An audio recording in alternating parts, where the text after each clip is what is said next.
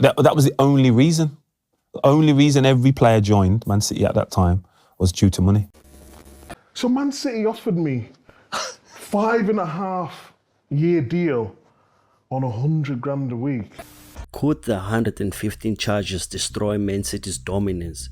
To everybody, this is an easy case for the EPL, but there is a dark secret reason this case has been ignored for so many years, and it became even more clear after 2018 when Der Spiegel had leaked emails and bank statements exposing a step-by-step method of how Man City was breaking the FFP rules. But even after that, the EPL chose to do nothing, while on the other hand, UEFA picked up the case and Man City was going to be banned for 2 years and pay an extra penalty of 30 million. So when Everton and Nottingham Forest had points deductions by the EPL for doing the same thing as Manchester City did in the past, the outcry was quite massive, to say the least. After all, they punished Portsmouth a 10-point deduction in 2010, meaning punishment went from Portsmouth to Everton and Nottingham Forest, and everybody just wanted to know, how did City get skipped from punishment?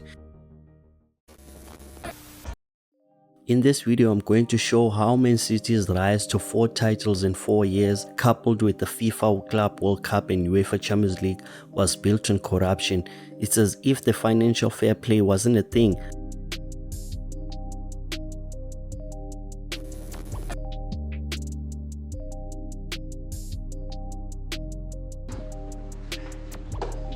But the most intriguing piece of this whole story for me is how Pep Guardiola has managed to transform Manchester City to put an end to the FFP law breaking. Because after I did some digging on the 115 charges, I think personally that former EPL boss Mr. Scudemia's resignation in 2018 was a planned escape for looking the other way all these years. But that's allegedly. By the way, did I mention that the EPL recently gave him millions of pounds as a gift?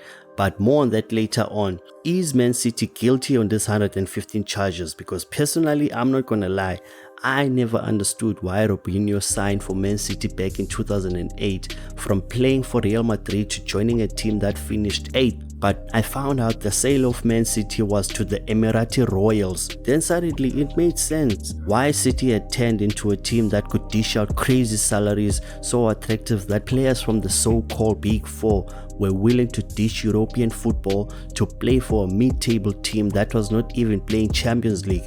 But while signing these players, City denied any breaking of the FFP rules. As a matter of fact, a bulk of the 115 charges is failure of providing accurate financial payments starting from the year 2009, which is when the Emirati Royals took over. But when the emails were leaked by Der Spiegel back in 2018, City couldn't deny the accusations anymore. After valid email proof from Abba, a Man City sponsor at the time, and Simon Pierce, who was a Man City executive in early 2008.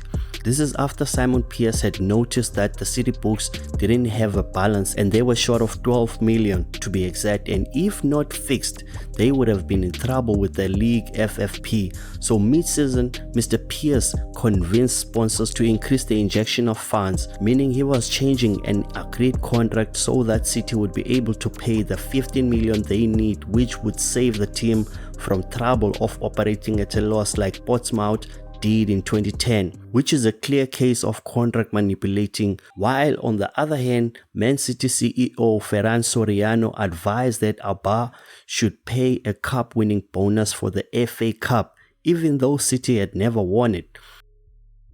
All of this was a plan to boost revenue in order to be able to buy expensive players.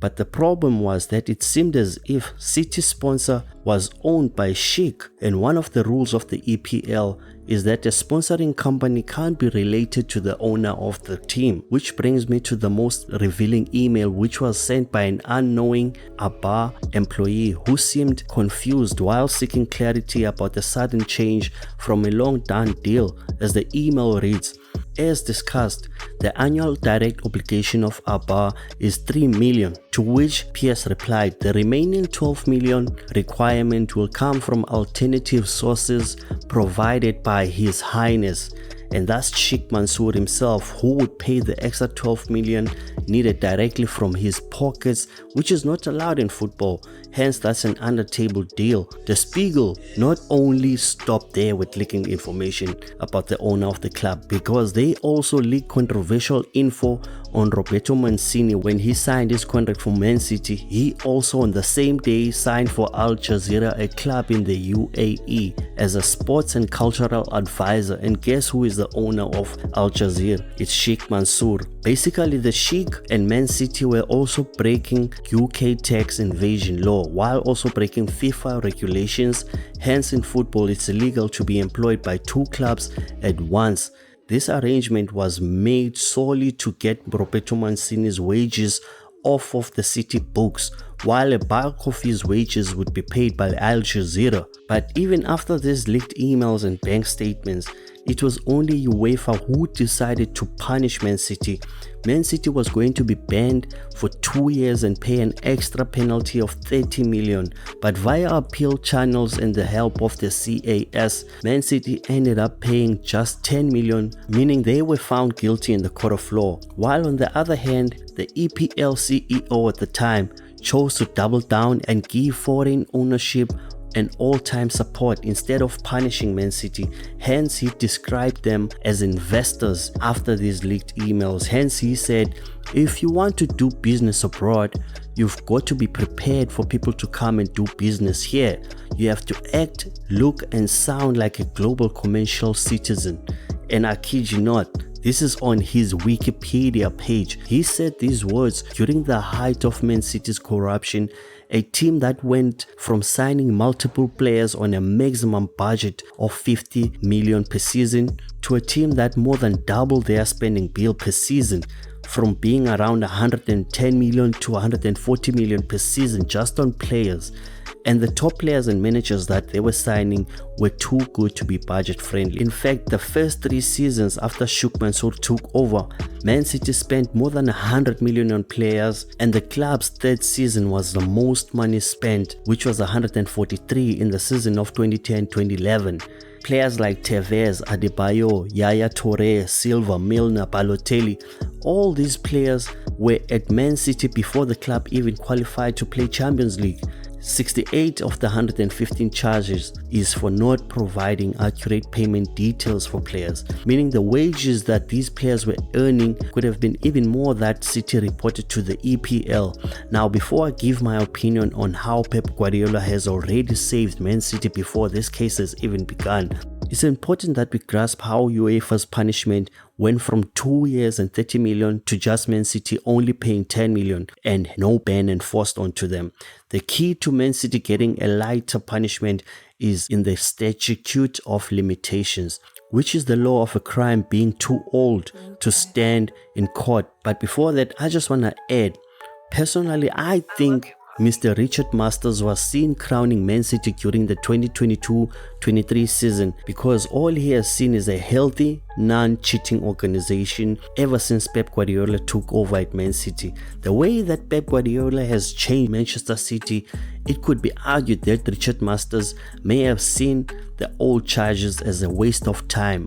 And the first biggest change Pep Guardiola brought into Manchester City was, instead of signing free players who came to the team for big salaries, Pep only signed free players for the academy, and that on its own meant that Man City was done giving huge contracts to players who were past their prime, whether it was Lampard, Hargreaves, Maicon, and even Vieira. All these players signed for free transfers.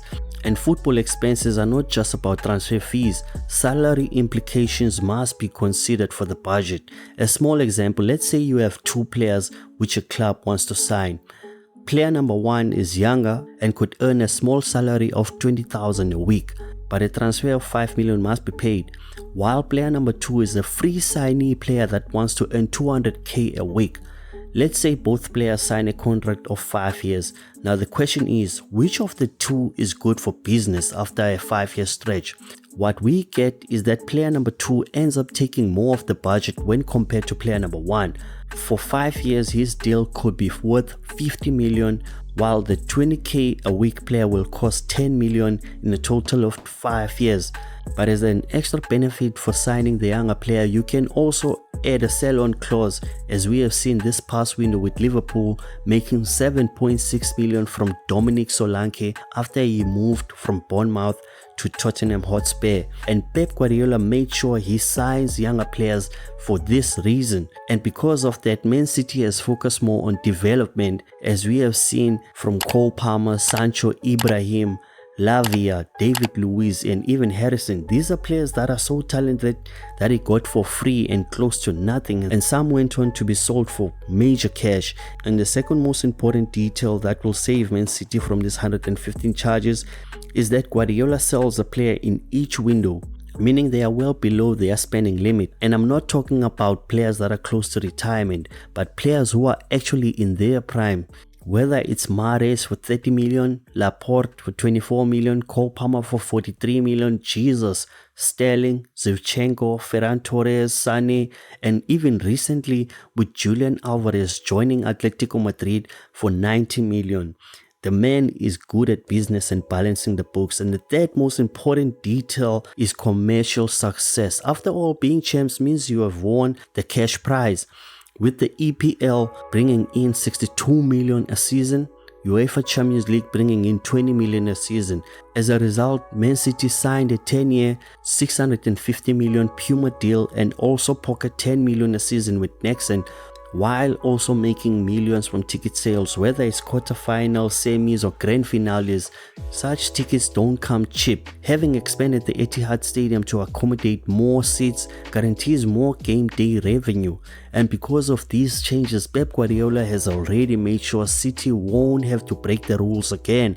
But with all the success Pep Guardiola has brought to Man City, the sad part is that the EPL is notorious for being the judge, the jury and the prosecutor, meaning they don't really acknowledge outside regulators when it comes to punishing clubs. The reason I say that is because the statute of limitations should be able to shield Man City from these charges, being that they are older than 10 years. For an example, would you charge a criminal for stealing candy from 10 years ago if they were now on a different path and actually gave back to the community in philanthropy as a church leader? As proof of statutes of limitation, UEFA on its own, they wanted to ban City for 2 years on top of a 30 million charge, but ended up getting a penalty of 10 million, and that's because of statute of limitations. But the man who will have to decide how things end is current EPL CEO Richard Masters, and whatever decision he makes, he must consider the threat of another Super League. But he cannot please Everton, Nottingham Forest and fans, and also keep current champions Manchester City happy. After all, a monetary punishment won't seem fair, not after Portsmouth, Everton and Nottingham Forest all got punished with point deductions. But on the other hand, let's say City does manage to get points deducted by 40 points. Somehow they get relegated. Could we see Man City joining the Super League? What would the league look like without Erling Haaland, Kevin De Bruyne or Pep Guardiola? Till next time, peace.